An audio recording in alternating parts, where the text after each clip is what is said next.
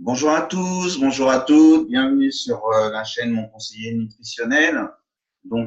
Aujourd'hui, nous allons parler de la micronutrition et de l'hydrothérapie du côlon. Tout d'abord, je vais vous présenter Madame Guérard, qui est naturopathe dans le sud de la France, vers Aix-en-Provence. Et donc, du coup, elle nous présentera son parcours qui est passé de la psychothérapie jusqu'à la naturopathie. Et elle nous expliquera ce qui l'a amené à aller vers la naturopathie et se spécialiser vers la micronutrition. Par la suite, elle nous expliquera ce qu'est la micronutrition plus en détail, le rôle, en quoi c'est important de bien faire attention à sa micronutrition. Et à la fin, nous aborderons tout ce qui concerne l'hydrothérapie du côlon, les différentes pathologies qui peuvent être liées au côlon, et parler un petit peu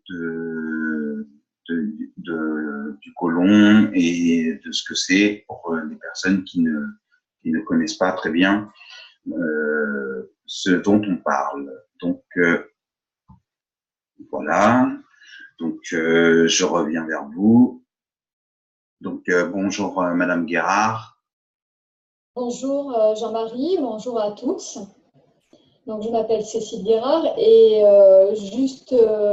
pour commencer, une petite rectification. Je ne suis pas à Aix-en-Provence, mais je suis bel et bien dans le sud et je suis à la Celles-sur-Mer, à côté de Toulon, plus exactement. D'accord. Et donc, c'était vos études alors à Aix-en-Provence, du coup, je crois, que vous aviez fait. Alors oui, j'ai démarré en effet à l'âge de 24 ans dans une école privée où je me suis formée à la psychothérapie. C'était très évident pour moi, très rapidement, cette envie de pouvoir améliorer le bien-être des gens et par la même occasion leur santé. Et puis, rapidement, je me suis rendu compte que c'était quelque chose qui était très intéressant et à la fois très incomplet, puisque la santé, c'est un ensemble de paramètres dont l'alimentation et le bien-être émotionnel. D'accord. C'est donc ce qui m'a amené en fait à me former à la naturopathie et approfondir les choses avec la micronutrition. Et la naturopathie, vous avez du coup étudié pendant combien de temps? Et ça s'est passé où? Alors, la naturopathie, c'est une formation qui a duré 2 années, que j'ai fait en partie en e-learning, comme on dit, et puis également par stage. Donc là, il était question de se déplacer dans la région parisienne pour effectuer ces stages de pratique, si je puis dire. Voilà. Et donc, comme je vous disais, je me suis ensuite formée à la micronutrition. D'accord, la micronutrition. Et donc la micronutrition, du coup, est-ce que du coup, il y a les macronutriments et micronutriments. Est-ce que vous pouvez expliquer un petit peu pour les personnes qui ne connaissent pas bien en fait les définitions en fait, les macronutriments, qu'est-ce que c'est, micronutriments, qu'est-ce que c'est? Alors oui, tout à fait. Effectivement, les macronutriments, il est question effectivement de calculer l'énergie que vont nous apporter ces macronutriments. Avec les micronutriments, il n'est plus du tout question d'énergie, mais il est du coup question d'apporter des éléments essentiels au bon fonctionnement de l'organisme, que sont les vitamines, les minéraux, les oligoéléments, les acides gras, dont, pour exemple, les fameux oméga 3, qui sont des acides gras essentiels au fonctionnement de l'organisme. Entre autres choses, on va également retrouver les flavonoïdes qu'on trouve dans certains aliments et également les acides aminés qui vont être extrêmement importants puisque précurseurs en fait de nos neurotransmetteurs qui sont vraiment le gage d'un bon fonctionnement de notre système nerveux et donc de beaucoup de paramètres extrêmement importants qui nous permettent d'être en bonne santé. Ouais, et les neurotransmetteurs, j'en profite, je fais une petite diversion. Nous ferons un sujet entier sur les neurotransmetteurs avec une autre collègue naturopathe pour bien comprendre pourquoi les neurotransmetteurs sont très, très importants à prendre en compte dans l'alimentation. Donc, on reviendra sur ce sujet. Donc, la micronutrition, donc, c'est voilà, c'est pour ça permet aux gens de se sentir correctement, enfin à l'aise pour entamer une bonne journée, pour réfléchir quand il faut se mettre au travail, pour mieux réfléchir, être plus créatif. J'imagine, c'est ça en fait. Oui, tout à fait. Un bon apport dans micronutrition, c'est important sur ce genre de choses. Tout à fait, c'est extrêmement important car ces micronutriments vont vraiment optimiser la physiologie de notre corps, le bon fonctionnement de nos cellules, de notre système nerveux. Et donc, il est vraiment essentiel d'avoir, soit par des compléments nutritionnels et, entre autres choses, à la base par une nutrition bien adaptée, tous ces micronutriments sont vraiment très indispensables. Et donc, vous disiez effectivement tout à l'heure, donc, différents micronutriments, donc les acides gras. Est-ce que vous pourriez un petit peu plus dire les rôles en fait de ces micronutriments rapidement, en quoi c'est important par exemple d'être bien équilibré en acides gras, être bien équilibré en vitamines, être bien équilibré. Bien sûr. Sur quoi ça joue? Sur quoi ça joue par exemple? Alors, les acides gras, qui pour moi ont vraiment une grande importance dans notre alimentation. Ces acides gras, si vous voulez, lorsqu'on parle d'oméga 3 par exemple, on va parler d'un acide gras essentiel à notre fonctionnement qui va avoir une action un petit peu anti-inflammatoire sur le corps. Et lorsque nous mangeons et que nous ne réfléchissons pas réellement au contenu de notre assiette, on va avoir tendance à avoir une assiette qui contient davantage d'oméga 6 et beaucoup moins d'oméga 3. Alors, les oméga 6, ce sont également des acides gras, mais ce sont des acides gras qui vont avoir une fonction plutôt inverse, opposée aux oméga 3, et donc ils vont être pro-inflammatoires, ils vont être porteurs d'inflammation si vous en consommez trop et beaucoup trop. Alors, ça ne veut pas dire qu'il faut arrêter de consommer des oméga 6, parce qu'en fait, il est question d'un équilibre. Et pour que tout fonctionne bien, il faut respecter cet équilibre-là. Mais il est important d'amener aux gens une conscience sur le fait que ces oméga 3 et ces oméga 6 doivent être parfaitement équilibrés dans l'assiette, justement pour les aider à maintenir une santé optimale. Les oméga 3, donc c'est l'huile, c'est ça? Alors, les oméga 3, on va les retrouver effectivement dans les graines de lin, entre autres choses, dans certaines huiles, telles que l'huile de colza, l'huile de cameline. On va trouver des oméga-3 aussi dans les poissons gras.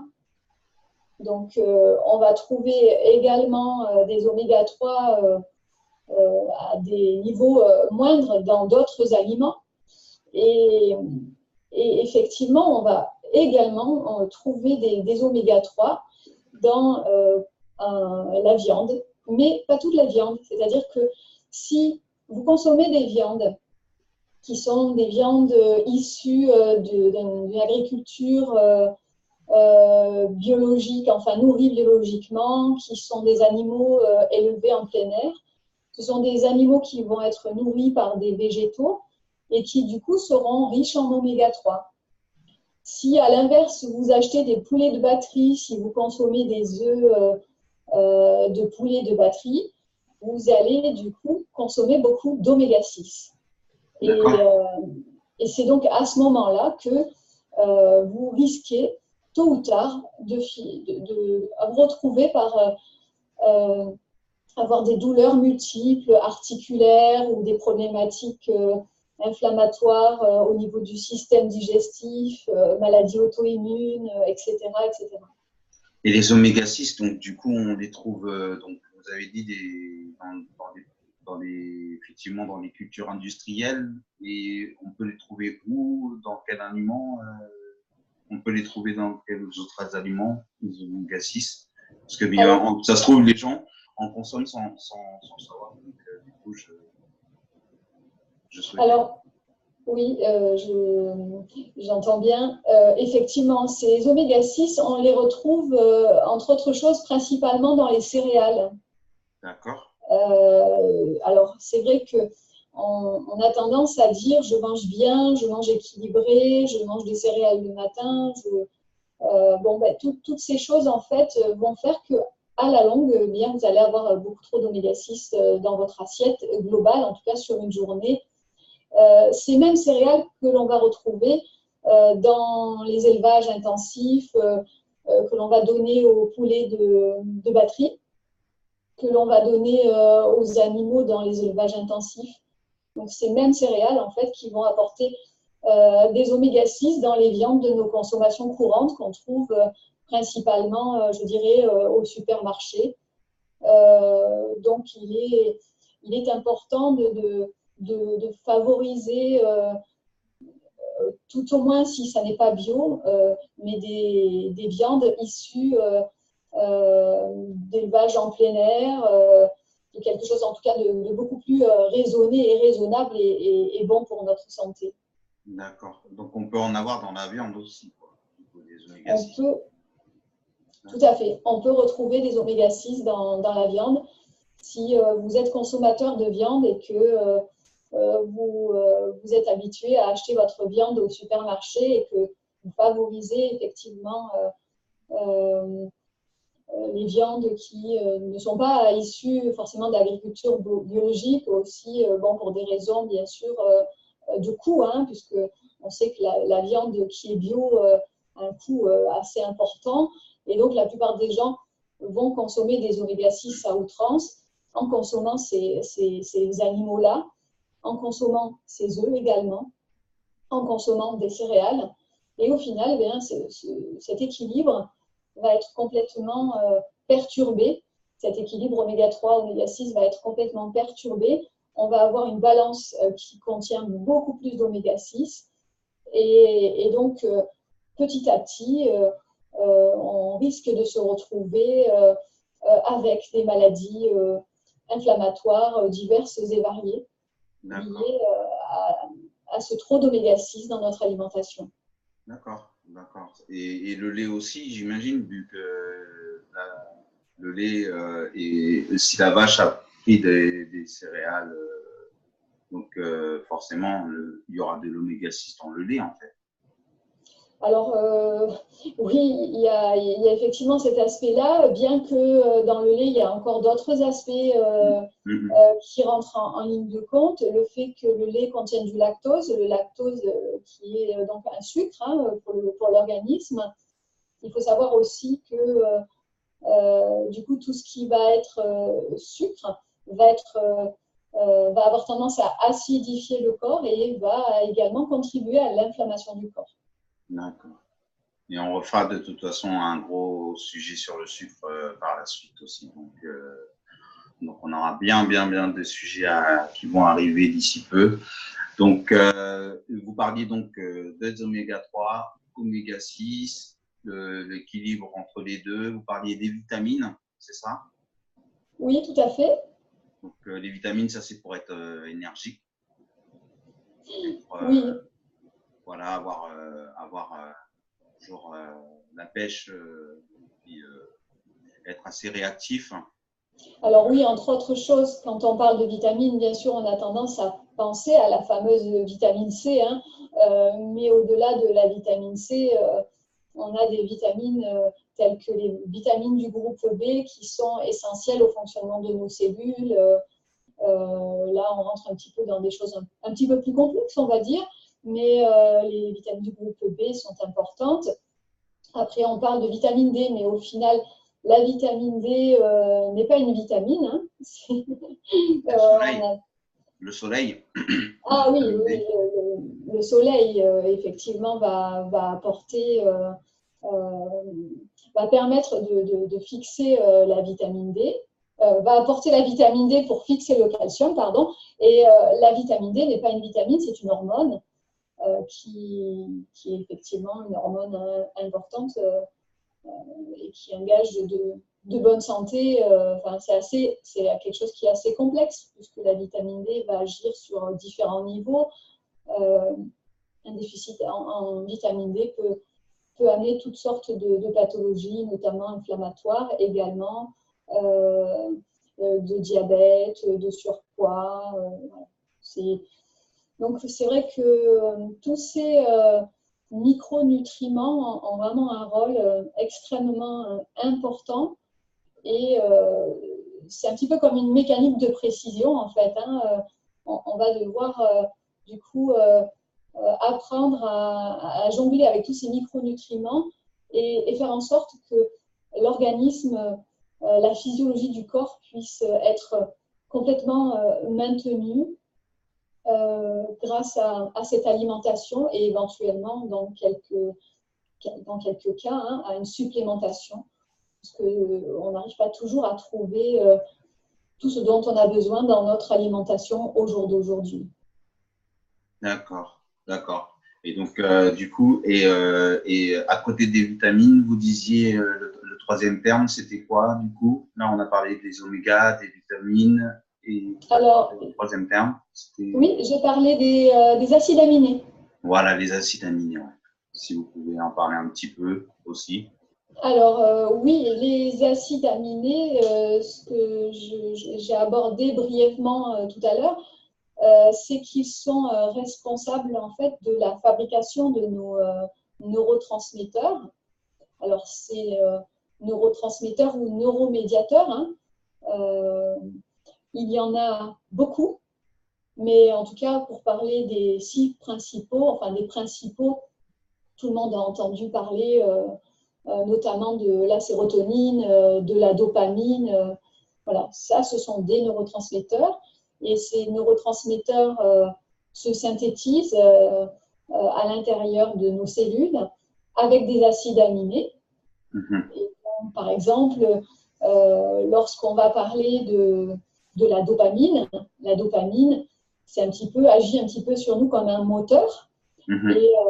Et lorsque on manque de dopamine, eh bien, on manque d'énergie, on remet toujours tout à plus tard, on n'a plus de motivation.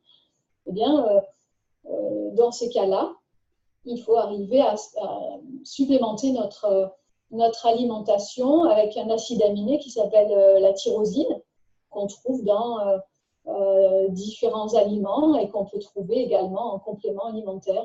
D'accord. Est-ce que vous pourriez donner quelques aliments pour, comme ça, parce qu'il y a beaucoup de gens qui voilà, procrastinent. On parlait, vous disiez tout à l'heure, de remettre à demain et tout ça. Donc, le mot, c'est la procrastination et il y en a qui sont les rois. Donc, est-ce que vous pourriez leur donner un petit aliment ou deux pour que justement ils évoluent sur la procrastination et commencent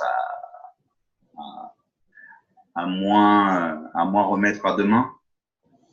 Oui, alors par rapport à la tyrosine, donc le fameux précurseur de la dopamine, on va en retrouver dans la viande notamment.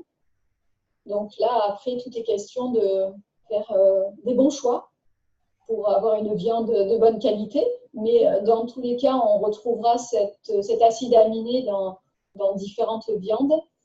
On va retrouver cet acide aminé dans les graines de sésame, par exemple, également. On va retrouver cet acide aminé dans les œufs. D'accord. On va retrouver également cet acide aminé dans quelques oléagineux. Voilà. C'est vraiment… en fait, il suffit quelque part de prendre conscience de certaines choses et apprendre finalement à s'alimenter complètement différemment. Alors peut-être qu'au début, il faut y aller en douceur, hein, puisque le changement, c'est toujours, ça peut être perturbant. Mais en tout cas, il suffit quelquefois de faire les choses en douceur progressivement pour se rendre compte qu'on peut très rapidement retrouver la joie, la bonne humeur, une bonne qualité de sommeil, une facilité aussi dans la perte de poids, puisqu'en fait, vous avez également un des neurotransmetteurs qui s'appelle la noradrénaline, qui, par exemple, si vous êtes en déficience pardon, va perturber votre système et du coup, vous allez avoir beaucoup de mal à perdre du gras, en fait, hein, à transformer votre graisse en énergie. Et des fois, ça peut être vraiment pas grand-chose dans l'alimentation qui remet tout en fonction. D'accord, d'accord. En sachant bien effectivement que la perte de poids, c'est en fonction des morphotypes, comme on a abordé sur l'interview précédente avec la personne de Pranavita. Et on réabordera les morphotypes sur une prochaine interview. Donc, du coup, vous avez beaucoup donc, vu les dégâts qu'occasionnait justement la micronutrition mal équilibrée. Et vous avez souhaité encore plus approfondir le sujet sur le côlon, parce que vous aviez décelé quelques petites douleurs chez vos patients, donc des problèmes digestifs, des problèmes de reflux, des côlons irritables. Donc, du coup, oui. vous pourriez en parler un petit peu, du coup. Bien sûr, bien sûr. En fait, après m'être formée à la naturopathie, à la micronutrition, il me semblait évident d'avoir besoin de faire un lien entre justement les émotions et la nutrition et les problèmes et les problématiques inflammatoires et diverses et variées que l'on peut rencontrer. Et le pont a été rapidement fait puisque j'ai rencontré donc l'hydrothérapie du côlon.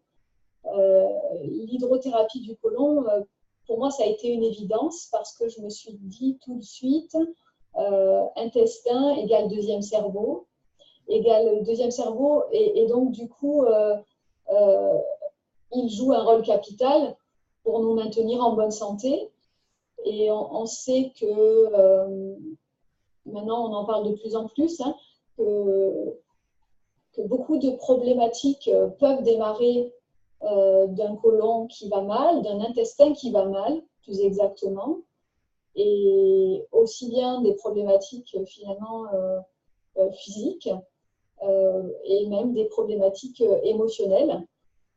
Donc, je me suis formée à l'hydrothérapie du côlon parce qu'en fait, je rencontrais effectivement pas mal de gens qui venaient me voir et se plaignaient de maux divers tels que des gaz, des ballonnements, des alternances de diarrhée, de constipation, etc.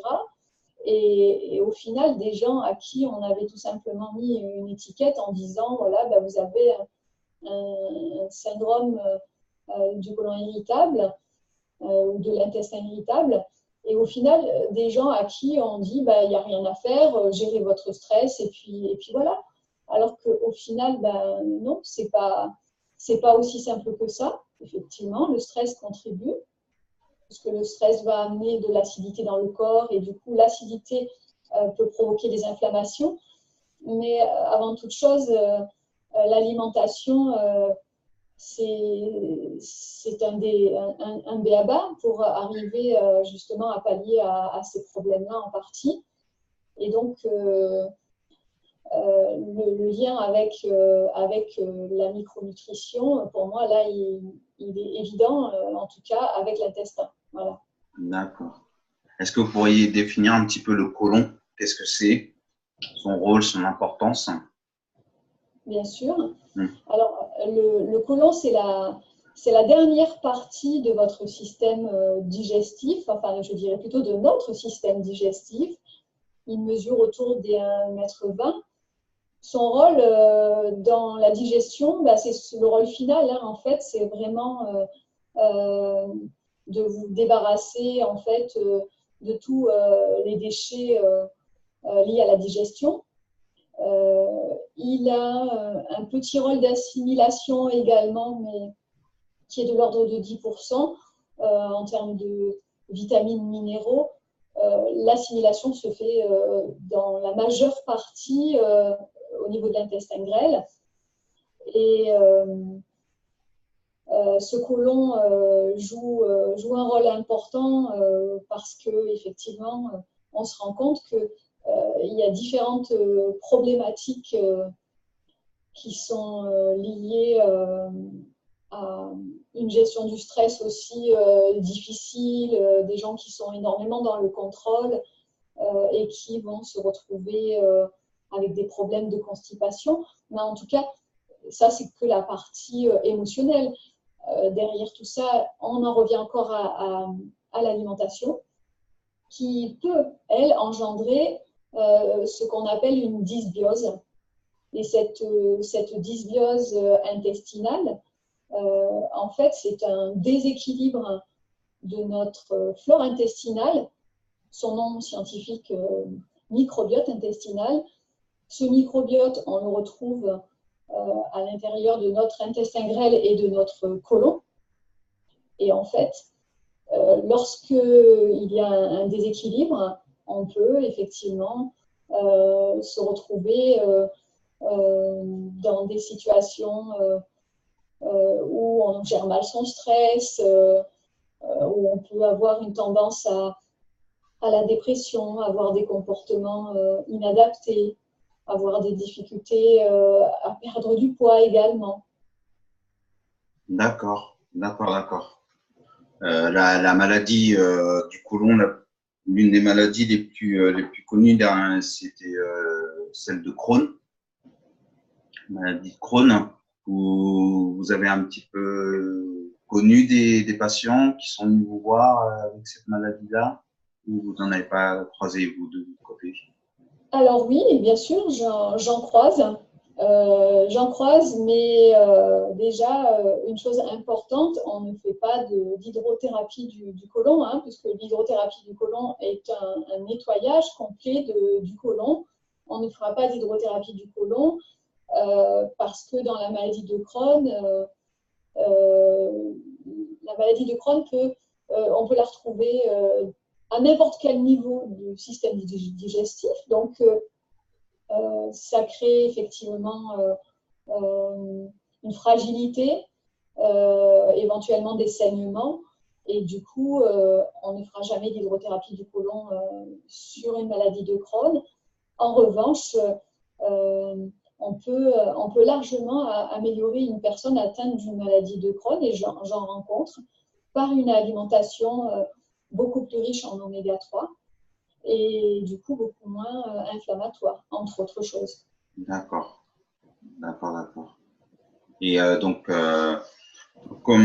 Est-ce que juste en termes pratiques pour l'hydrothérapie du côlon, comment ça se passe? Qu'est-ce que c'est pour quelqu'un qui n'a jamais vu ça en fait? Du coup, vous pourriez expliquer en fait. Vous avez du matériel particulier? Si oui, est-ce que vous pourriez en parler? Bien sûr, tout à fait. Alors, l'hydrothérapie du côlon se pratique à l'aide d'une machine. Donc, c'est une machine qui permet de régler la température de l'eau, le débit d'eau. La personne se retrouve donc allongée, reliée à cette machine par l'intermédiaire d'une canule et de deux tuyaux, donc un tuyau d'arrivée d'eau et un tuyau pour l'évacuation. Lorsqu'on fait une hydrothérapie du côlon, en fait, on va remplir gentiment, doucement, avec une température, une eau à température agréable pour le corps, autour des 38 ou 39 degrés. On va remplir le côlon. On va faire ça sous forme de bains successifs. Ça va être accompagné d'un massage très doux dans le remplissage et ensuite beaucoup plus approfondi au moment des évacuations.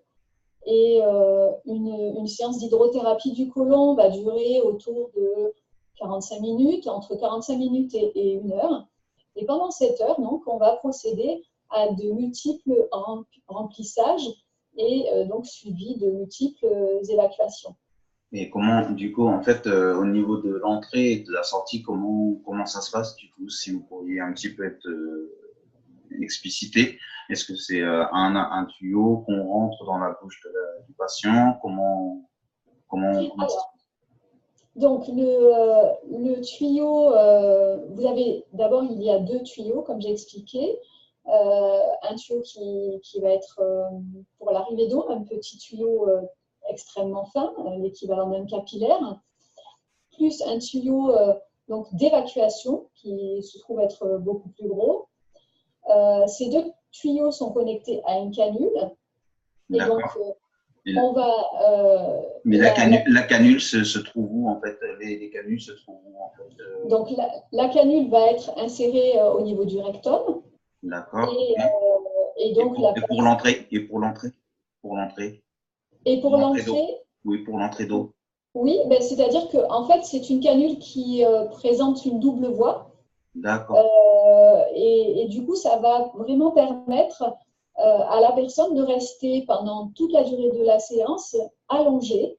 D'accord. Donc, c'est un geste, je dirais, enfin, au-delà de l'aspect psychologique qui quelquefois peut être un peu difficile, c'est-à-dire que la personne qui fait cette démarche au départ peut se sentir un peu gênée lorsque c'est la première fois, mais au-delà de ça, c'est un acte qui est vraiment d'abord fait dans des règles d'hygiène, de confort. La personne est allongée, recouverte d'un drap de bain, et elle va rester allongée tout au long de la séance. Elle n'aura pas besoin de partir, de courir aux toilettes.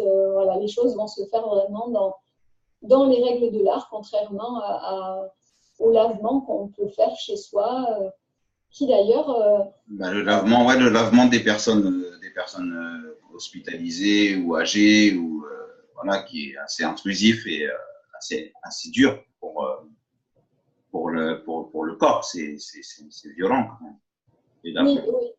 Oui, effectivement, dans le cadre d'une hospitalisation, ça peut être un peu violent, on va dire, et surtout un peu traumatisant pour la personne qui le vit, hein, puisque on va de suite lui envoyer une poche avec 2 litres d'eau, et puis voilà, il faut faire avec, quoi. Donc, c'est le bassin, c'est les toilettes, il n'y a pas rien n'est fait en douceur, si vous voulez. Et d'ailleurs, ce qui va faire la grande différence, du coup, avec le lavement et l'hydrothérapie, c'est qu'avec un lavement, on va finalement avoir une action très minime au niveau du côlon descendant. Au niveau de la sortie, on va effectivement pouvoir peut-être dégager 20 ou 30 cm et pas plus, alors que le principe de l'hydrothérapie permet vraiment d'aller jusqu'au bout des choses. D'accord, d'accord. Donc au début, vous recevez des gens donc pour faire un rééquilibrage en micronutrition. Et donc, si vous sentez que ces personnes ont vraiment des douleurs à répétition en termes inflammation, problèmes digestifs, inflammation côlon irritable, tout ça, du coup, en fait, voilà, vous préconisez plus une hydrothérapie. Oui, alors effectivement, je vais avoir tendance à préconiser l'hydrothérapie. Pour moi, ça s'inscrit dans un ensemble, c'est-à-dire que la personne vient à moi le plus souvent, elle a cherché à avoir des réponses un peu partout et se retrouve souvent avec ces mots à garder son fameux syndrome de l'intestin irritable. Sans réponse et un petit peu livrée à elle-même. Du coup, la personne qui vient à moi va essayer de trouver des réponses. Et la plupart du temps, la prise en charge que je vais proposer à ces personnes-là va être vraiment une prise en charge globale. Alors, si nécessaire, en travaillant sur l'aspect émotionnel, mais ma priorité va avant tout se concentrer sur l'hydrothérapie et la micronutrition. Parce que dans le cas d'inflammation multiple, c'est-à-dire que après la personne ne peut pas dire, ne va pas arriver en disant j'ai une inflammation, mais la plupart du temps, lorsqu'elle présente un syndrome de l'intestin irritable, en fait, le résultat de tout ça, enfin en tout cas la cause à tout ça, est souvent une inflammation qui va se situer au niveau du système digestif, éventuellement une porosité également de l'intestin. Et la personne va aussi le plus souvent se retrouver avec des problèmes réellement digestifs, des problèmes d'intolérance alimentaire ou en tout cas de pseudo-intolérance, parce que lorsque plus rien ne va à ce niveau-là, eh bien, la personne peut se retrouver en quelque sorte à être allergique à des aliments pour lesquels elle n'était pas allergique, pour lesquels elle ne réagissait pas. Donc là, dans ce genre de situation, eh bien, il est vraiment important d'envisager une prise en charge globale en nettoyant dans un premier temps effectivement le côlon, en faisant un rééquilibrage alimentaire derrière, en favorisant pendant un certain temps vraiment les oméga 3 et du coup en supprimant quasiment tous les apports en oméga 6, en supprimant lactose, gluten, tous les sucres blancs, les sucres raffinés. Et lorsque la personne en fait accepte de rentrer dans ce processus-là, accompagné avec un petit traitement en physionutrition, en micronutrition du coup, eh bien, au bout de 3 mois, elle peut arriver à retrouver une vie normale et retrouver enfin un bien-être au niveau digestif et au niveau de son ventre et de toutes ces sensations désagréables qu'elle a pu rencontrer avant. D'accord. En tout cas, on a eu une présentation complète de votre activité. C'est vraiment très intéressant. En plus, on a appris des termes et vous avez été très clair au niveau de la micronutrition, dysbiose, c'est bien.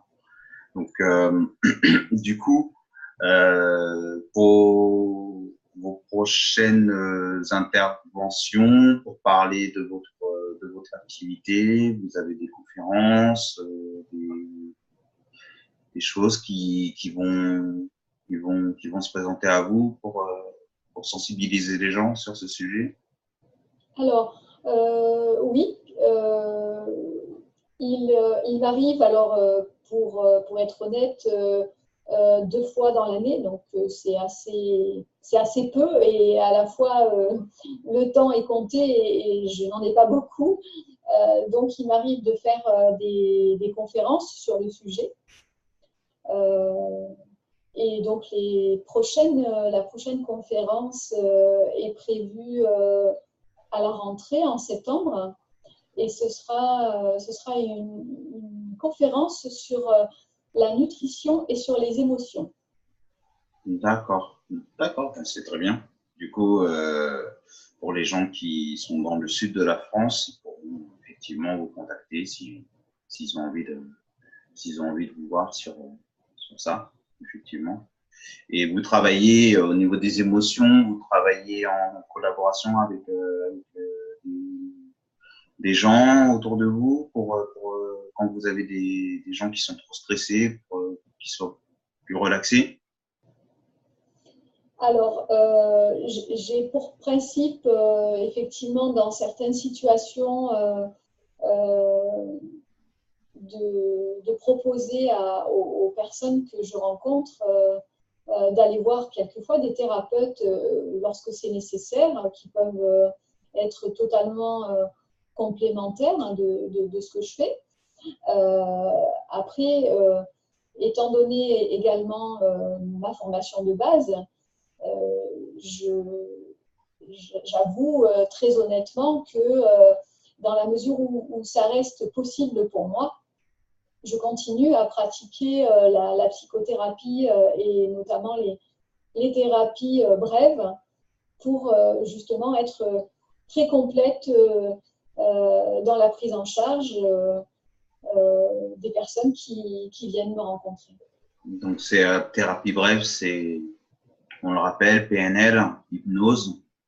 Vous êtes allé ouais, jusqu'à ce niveau. Hypnose ou PNL, d'accord. Donc, vous faites en PNL, du coup, parce que du coup, j'ai pas eu encore la possibilité d'interviewer des personnes en PNL. Vous fonctionnez comment pour détendre les gens sur de la questiologie, sur comment vous faites du coup? Parce que je sais que la PNL fonctionne beaucoup sur les interrogations. Donc, alors, en PNL, il y a différentes différentes approches. La PNL que j'utilise moi est plus une PNL complémentaire à ce que je fais. Hein. Donc, c'est pas l'outil, c'est jamais mon outil principal, quoi qu'il en soit. Donc après, je vais utiliser des techniques d'ancrage, je vais utiliser des techniques de visualisation. Voilà pour ce qui est de la PNL, en ce qui me concerne. D'accord, ils ont une technique d'ancrage. Je vous incite à vous renseigner sur tout ce qui est PNL. Du coup, on n'aura pas trop le temps, mais on reviendra effectivement avec des gens qui sont dans le coaching en développement personnel. J'en ai contacté quelques-uns. En tout cas, Madame Guérard, c'était très complet. Donc, vous pouvez nous rappeler votre site internet? Oui, tout à fait. Alors, mon site internet, actionsantébienêtre.fr, avec des petits tirets entre chaque mot, action, tiré, et ainsi de suite. Et j'ai également un Facebook qui s'appelle le même nom, Action Santé Bien-être. D'accord. Et on peut vous retrouver, non pas dans Aix-en-Provence, mais un peu plus bas du coup. À la Seine-sur-Mer, à côté de Toulon. À côté de Toulon. Donc du coup, moi, c'est là toujours le même passage à l'action. Vous pouvez m'écrire directement à Jean-Marie Lorichalou si vous avez des petites questions et si vous aimeriez qu'on aborde des sujets. Vous pouvez vous abonner à la chaîne. Donc, j'espère que l'interview a pu permettre de répondre à quelques interrogations que vous aviez sur l'alimentation et sur le sujet de la micronutrition. Et donc, vous pouvez télécharger mon livret gratuit sur des pesticides. Voilà, j'ai 4-5 pages que je vous ai écrit pour vous parler de ma motivation d'avoir mener ce projet. Donc, je vous remercie d'avoir suivi notre interview et donc je vous souhaite une bonne fin de journée à tout le monde. Merci Madame Guérard. Au revoir. Merci. Au revoir. Au revoir Jean-Marie. Oui, merci Madame Guérard.